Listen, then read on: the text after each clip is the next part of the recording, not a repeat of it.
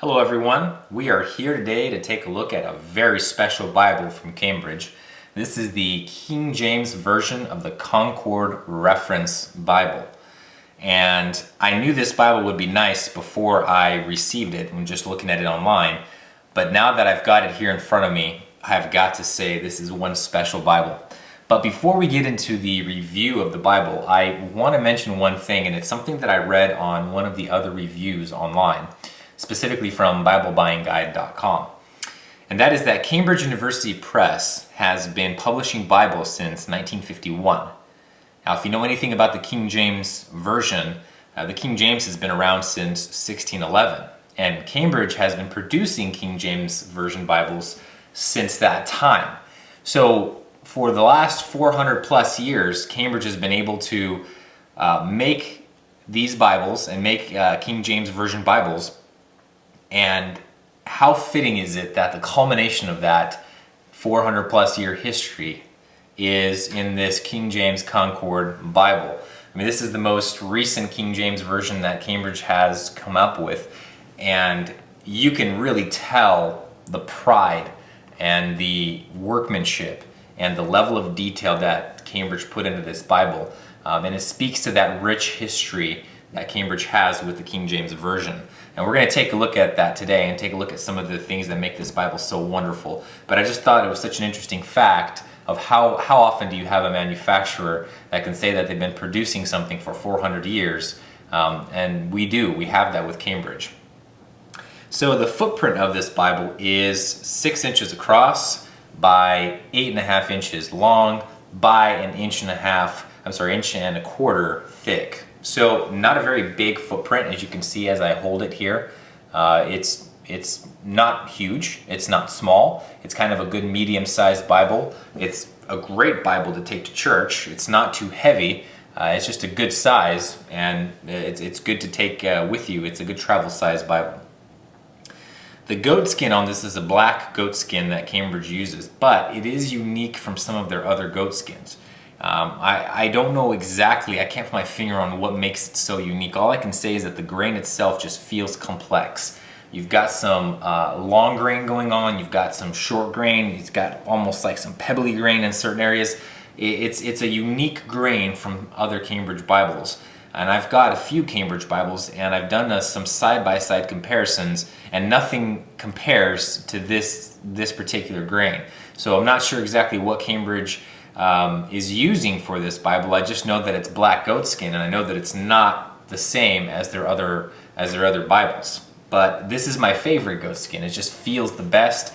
It's just really, really soft, and in my opinion, this is their nicest version of the black goatskin. Now this Bible does have the perimeter stitching, and I'll hold that up so you can see. The perimeter stitching is designed to increase the longevity of the Bible, but it's also a very good aesthetically pleasing trait. It just looks nice. I really like Bibles that are perimeter stitched. They just look distinguished. I like that a lot in a Bible. You have the gold and red Cambridge head and tail bands, which is pretty standard for Cambridge Bibles. And you do have the standard yap, which is just a very small amount of overhang on the leather cover, which is a characteristic for Cambridge Bibles. They don't typically give you a lot of yap, but I think it's something that makes these Bibles look distinguished and professional. And so I think that the look that it currently has is a very good look, and it works for Cambridge Bibles. The Bible itself has Holy Bible printed on the front cover in gold, and then on the side you've got Holy Bible, you've got the King James Version, and then you've got the Cambridge insignia with the Cambridge stamp on the bottom as well. And that's all you have as far as gold on the exterior, just what I showed you. This Bible is printed in Netherlands, but it is bound in the United Kingdom at University Press Cambridge. So a lot of the Cambridge Bibles are printed and bound in the Netherlands, such as the Wide Margin, the Pitminion, the Clarion series, but the Concord series, while it's printed in the Netherlands, is bound at the University Press in the United Kingdom. Now let's take a look at the inside. it does have a very soft liner, and this liner is very similar to what Cambridge uses in the Clarion English Standard Version in the black goatskin, and it's also very similar to what they use in their wide margin series with the black goatskin. It is actually polyurethane, very soft, and it gives the black goatskin room to be more flexible and easy to handle. It doesn't give you a lot of rigidity. It doesn't give you a lot of resistance when you're handling it. It just makes that cover smooth and limp. The Bible is edge-lined, so you've got this 1/2 inch to 1 inch reinforcement on the inside cover that is glued to the first end page. And as I hold it up here so I can get the light to reflect off it, you can see where the edge lining is, that line that goes all the way from the top to the bottom. They started to do this because it adds to the strength of the binding of the Bible, and it just increases the longevity of the Bible. And that's also why you see the perimeter stitching, is now that Cambridge is offering the edge lining, they'll also pair it with the stitching around the perimeter to just double increase the longevity of the Bible. So what will happen is, if you don't have the perimeter stitching, you run the risk of having the inside liner separate from the goatskin exterior because the reinforcement is here. So they've now started to use the perimeter stitching, which is a very smart idea. The Bible itself comes with some very cool presentation pages. I'm a big fan of presentation pages in general. I like it when manufacturers get creative with how they do their presentation pages, and Cambridge has really done a great job with this series. You have very big, bold font, very crisp coloring on here as well. So you'll have like this goldish brown for the top where it says children or marriages or deaths, but then you also have like this floral pattern around that's like a deep navy blue, and then of course the black writing. And then you also get quite a few different pages: marriages, grandchildren, and then you have one on the back with deaths. And what's interesting about the deaths end page is that while the other ones have blue flowers, the deaths page, they used a black flower, which I thought was just a very small detail, but it goes to show you just how much goes into making a Bible of this caliber. Cambridge has really paid attention to even the most minute details when they came up with this Bible. Now, we also have 2 ribbons, and these are the standard Cambridge ribbons. They are black, and they're the thinner ribbons, and they just help that keep the Bible itself from imprinting. Sometimes when you use too thick of a ribbon, the pages, the weight of the Bible over time will imprint the ribbon on the page. But Cambridge really likes these ribbons. They use them on the Clarion, they use them on the Pitt Minion, they use these on the wide margin. This is a pretty standard ribbon from Cambridge. It's just been tried and true by them, and it's had a good track record, and they hold up well. So they've used that, but you get 2 black ribbons with this particular Bible. Now let's take a look at the block itself. Now the block itself is on some very thin paper. I would compare this not quite to the thinnest of the Clarion, but close, maybe a little thicker than the Clarion. But it's thin, but interestingly enough, it's pretty opaque. You get a very minimal amount of ghosting on this Bible for how thin the paper is. And that partially has to do with the fact that the bold font itself just adds to the legibility. And so with the white paper and the bold font and the opacity of the paper itself, you don't get a lot of that bleed through effect that you do in some Bibles. It is India paper, so it's good paper. The typography on this Bible is 8-point, so it's an 8-point font, and you do get the occasional drop cap for the very first letter of the first word in a chapter, which kind of adds to that appeal. It's an old school technique that's been around for a long time, and it just fits so well in this King James Version Bible. The font that they used is a Times semi-bold 421 font. Now that's a little bit unique for Cambridge because most of the Cambridge line will use that lexicon number 1, but because of the fact that this is the King James Version of the Bible, and it's also it's just the history of the King James Version. Cambridge wanted to make this a little bit more unique, and so they used a different font. In my opinion, it's more of an old school font. The Lexicon #1 is more of a digital, new, modern font. This font that they're using in the Concord, the Times Semi-Bold, it's an old school font. It just gives you that more antiquated feel, just fits so well with the King James Version. Now this Bible is a black letter edition. They do make a red letter available to you if you would rather have a red letter, but this particular one is black letter, meaning that the words of Christ are in black.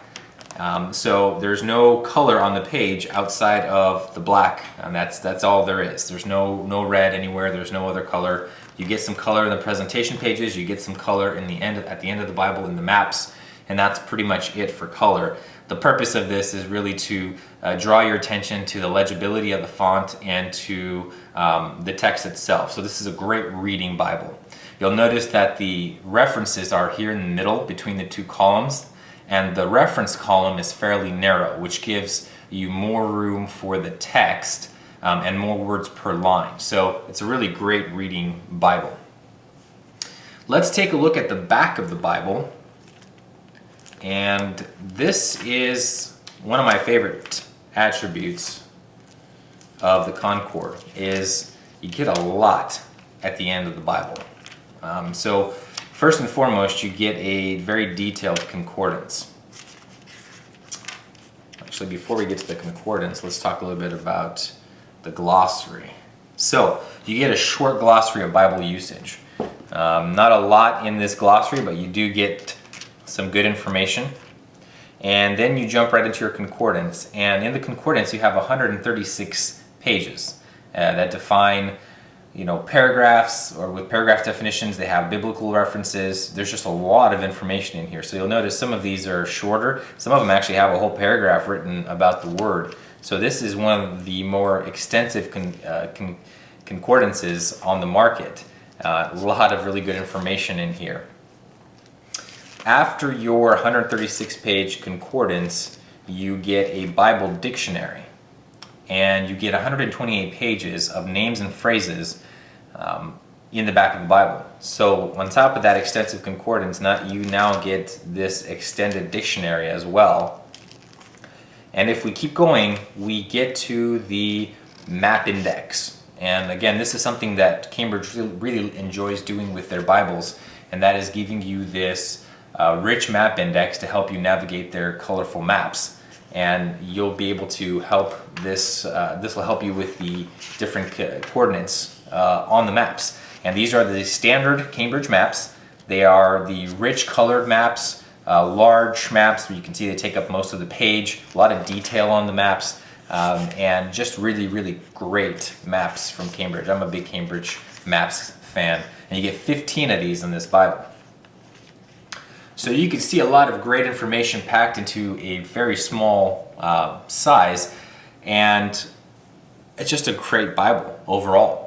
This is a good Bible to be a daily reader. It's a great church Bible, and because of all the information at the back, the glossary, the concordance, the dictionary, the map index, it's a really good Bible for study too, especially if you really enjoy the King James Version. Now this Bible comes in 3 different series. You can get the Personal Concord, which is basically this Bible but smaller, so it's just like a personal edition. You can get this one, and then you can also get the same Bible but wide margin. So as you can see, this one you don't get a whole lot of room for your notes. You get a little bit, but not anything that you'll be able to leave any kind of detailed note in. But they do make this exact same Bible in a wide margin edition, so you'll be able to get that one and start taking some serious notes in it.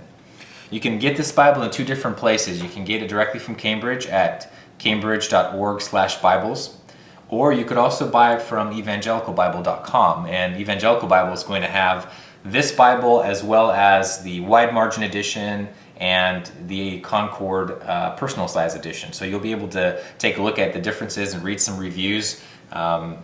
Evangelical Bible carries a ton of Cambridge Bibles, so they're a great place to research and find the right Cambridge for you.